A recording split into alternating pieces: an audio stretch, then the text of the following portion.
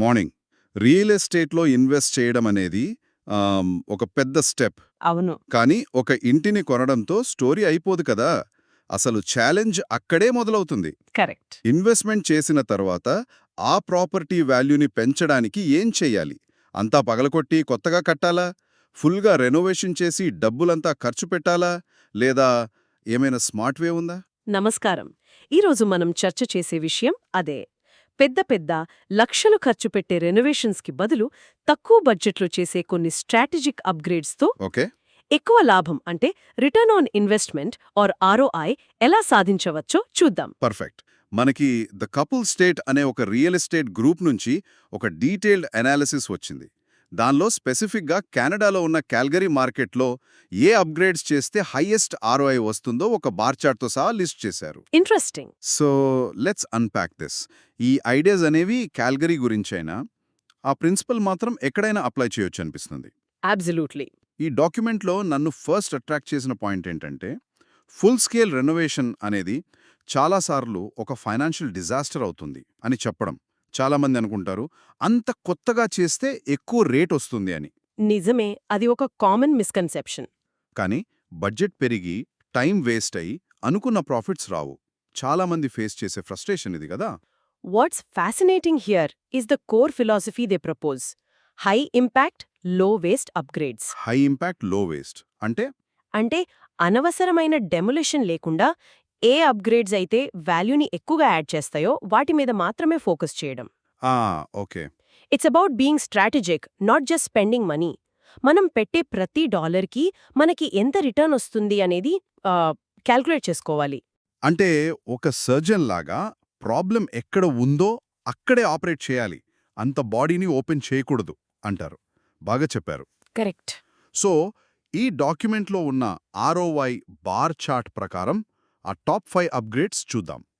లిస్ట్లో నంబర్ 1 పొజిషన్లో ఉన్న అప్గ్రేడ్కి 100% కన్నా ఎక్కువ ROI ఉంది అని చెప్తున్నారు. వావ్. హయ్యెస్ట్ రిటర్న్ ఇచ్చేది లీగల్ బేస్మెంట్ స్వీట్. అంటే సిటీ నుంచి ప్రాపర్ పర్మిషన్స్ తీసుకుని బేస్మెంట్లో ఒక సెపరేట్ రెంటల్ యూనిట్ తయారు చేయడం. ఎస్, ఇది చాలా పెద్ద విషయం అండ్ అందుకే నంబర్ 1లో ఉంది. చూడండి, if we connect this to the bigger picture, ఇది జస్ట్ ఒక రూమ్ యాడ్ చేయడం లాంటిది కాదు. Okay. You are fundamentally changing the financial nature of the property. ఒక ఇంటిని అసెట్గా మార్చుతున్నారు. You are creating a new income stream. Okay, యాసెట్గా మార్చడం అన్నారు. అది కొంచెం వివరించండి. అంటే జస్ట్ రెంట్ వస్తుంది అనేనా, లేక ఇంకా ఏమైనా ఉందా? Good question. రెంట్ వస్తుంది అనేది ఫస్ట్ లెవెల్ బెనిఫిట్ మాత్రమే. డీపర్గా ఆలోచించండి. చాలా మందికి మార్ట్గేజ్ అనేది ఒక పెద్ద బరువు కదా. అవును, చాలా పెద్ద బరువు. అలాంటప్పుడు బేస్మెంట్ నుంచి మంత్లీ ఒక ఫిక్స్డ్ ఇన్కమ్ వస్తుంటే అది ఎంత ఫైనాన్షియల్ రిలీఫ్ ఇస్తుంది? ఈ రెంటల్ ఇన్కమ్తో మీ మార్ట్గేజ్లో సగం ఆర్ ఇంకా ఎక్కువ కవర్ అవుతుంది. రైట్. సో మీరు డెటర్గా మాత్రమే కాకుండా ఒక ల్యాండ్లార్డ్ లాగా మారుతున్నారు. ప్లస్ రీసేల్ వాల్యూ అప్పుడు ఒక లీగల్ రెంటల్ స్వీట్ ఉన్న హౌస్కి డిమాండ్ ఎక్కువగా ఉంటుంది. నిజమే.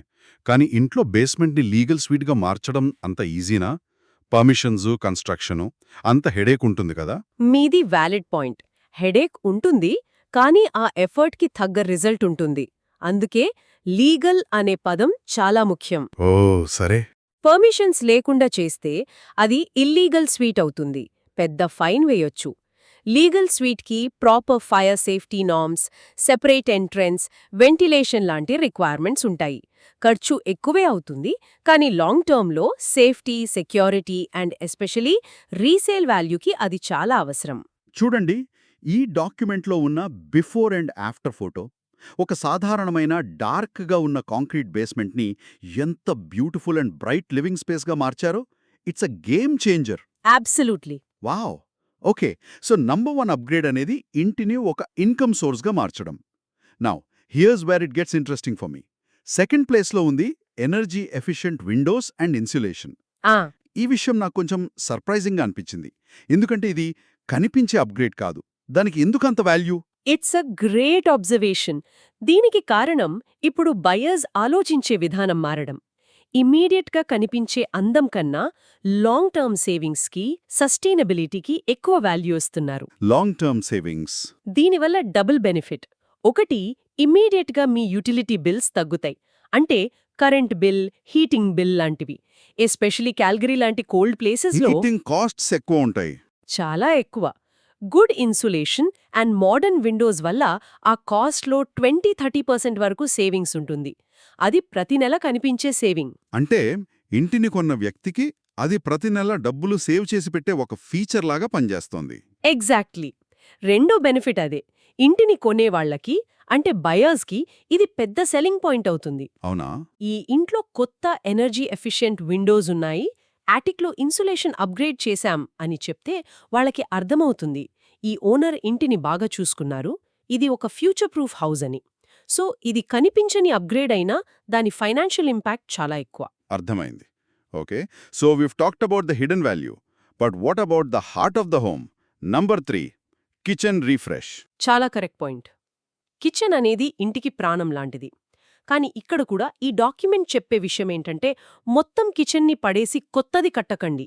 ఫుల్ రీమోడల్కి చాలా ఖర్చు అవుతుంది. ఓకే, ఈ కిచెన్ రీఫ్రెష్ అంటే చాలామంది అంత పగలగొట్టి కొత్తగా కడితేనే వాల్యూ అనుకుంటారు. ఇది ఒక మిత్తేనా? It is one of the biggest myths.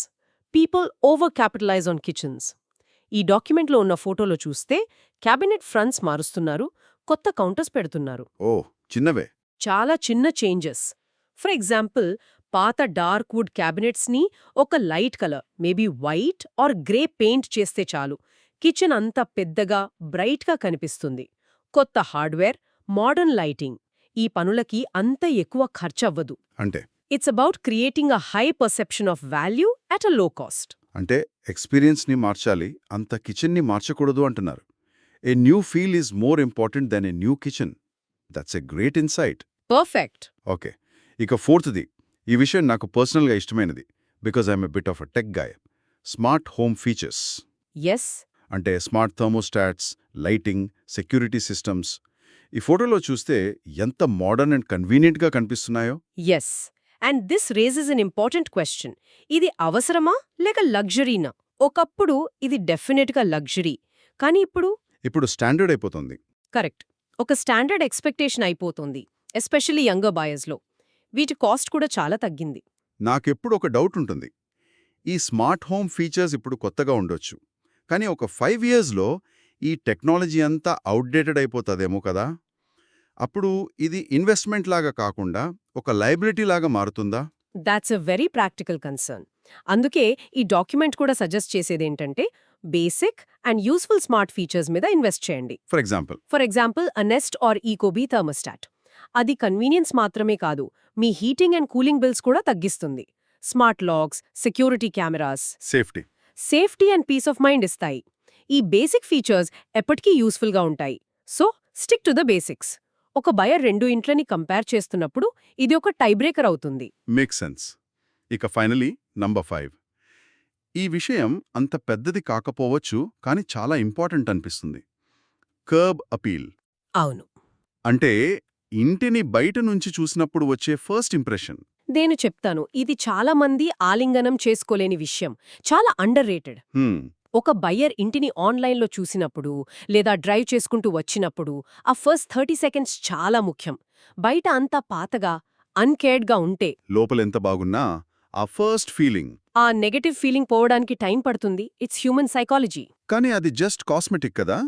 అనుభవం ఉన్న బయ్యర్స్ దీని వెనకాల చూస్తారు కదా. జస్ట్ బయట పెయింట్ వేసినందుకు ఎక్కువ డబ్బులిస్తారా? మీరు అనుకున్నట్టు అంత సింపుల్గా ఉండదు. చూడండి, ఒక ఇంటిని అమ్మడమంటే ఒక ప్రోడక్ట్ని అమ్మడమే కాదు, ఒక డ్రీమ్ని, ఒక ఫీలింగ్ని అమ్మడం. బయట చూడగానే ఇంటికొక పాజిటివ్, వెల్కమింగ్ ఫీలింగ్ రావాలి. వావ్, ఈ ఇల్లెంత బాగుందో అనే feeling. Plans, clean pathway, main డోర్కి ఒక ఫ్రెష్ కోట్ ఆఫ్ పెయింట్. ఈ చిన్న అప్గ్రేడ్స్తో ఆ వావ్ ఫ్యాక్టర్ క్రియేట్ చేయొచ్చు. So what does this all mean? ఈ 5 అప్గ్రేడ్స్ని కలిపి చూస్తే నాకొక కామన్ థ్రెడ్ కనిపిస్తుంది. ఓకే. అంతా కొట్టేసి కట్టడం బదులు ఇప్పుడు ఉన్న బయర్ ఏమి కోరుకుంటున్నాడో అర్థం చేసుకుని, ఆ ఏరియాస్లో అయితే ఎక్కువ సైకలాజికల్ ఇంపాక్ట్ ఉంటుందో అక్కడ మాత్రమే ఇన్వెస్ట్ చేయాలి. It's about being clever with money. Exactly. You've summarized it perfectly. The goal is to maximize the return for every dollar spent. ఈ లిస్ట్ అనేది ఏదో ర్యాండమ్ లిస్ట్ కాదు. It tells a story about the modern home buyer. Number 1, basement suite, financial security కోసం. Number 2, energy efficiency, long term savings కోసం. Correct, great. And 3 and 4 kitchen refresh and smart features, modern lifestyle కోసం. And number 5 curb appeal, emotional connection కోసం.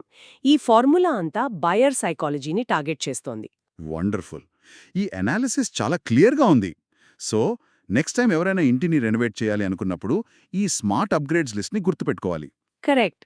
And one final thought, ఈ list అనేది Calgary మార్కెట్కి స్పెసిఫిక్గా ఉండొచ్చు, అది మనం గుర్తుపెట్టుకోవాలి. Right. But the underlying principle is universal. So the question is, మన లోకల్ ఏరియాలో ఇలాంటి high ROI, low cost upgrade ఏముండొచ్చు? Oh good point. For example, ఇండియాలో ఉన్న సిటీస్లో ఆ reliable water storage or purification సిస్టమ్కి చాలా వాల్యూ ఉండొచ్చు. పవర్ కట్స్ ఎక్కువ ఉన్న చోట ఆ reliable power backup system, or ఇప్పుడు పాపులర్ అవుతున్న సోలార్ ప్యానెల్స్. అవునవును. Just something to think about. Local నీడ్స్ని బట్టి అప్గ్రేడ్ చేస్తే రిటర్న్ ఇంకా బెటర్గా ఉంటుంది. Perfect. That's a great note to end on. Have a good day.